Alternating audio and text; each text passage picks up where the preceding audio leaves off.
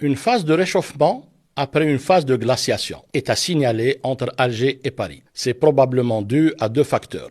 La grâce du président algérien Abdelmadjid Tebboune, accordée à Boualem Sansal, et la disparition de Bruno Retailleau des écrans de radar des décideurs en France. Il y a certainement d'autres facteurs, mais ce n'est pas notre propos aujourd'hui. On parle d'une visite du ministre de l'Intérieur français, Laurent Nunez, à Alger, et la secrétaire des Affaires étrangères française est à Alger ce jeudi. Mais cette embellie, probablement passagère, confirme en fait le caractère cyclique et non pas stratégique des relations entre l'Algérie et la France. Des hauts et des bas, de plus en plus de bas que de hauts. Et c'est justement ce caractère cyclique qui devrait pousser les Algériens à se méfier. On connaît tous la fable du scorpion et la grenouille. Un scorpion demande à une grenouille de le transporter sur l'autre rive d'une rivière. D'abord, effrayée par son aiguillon venimeux, la grenouille refuse, en pensant que si le scorpion la piquait, ils périraient tous deux. Mais le scorpion la rassure en lui disant que s'il faisait ça, il mourrait aussi. Alors elle accepte. Au milieu de la rivière pourtant, le scorpion la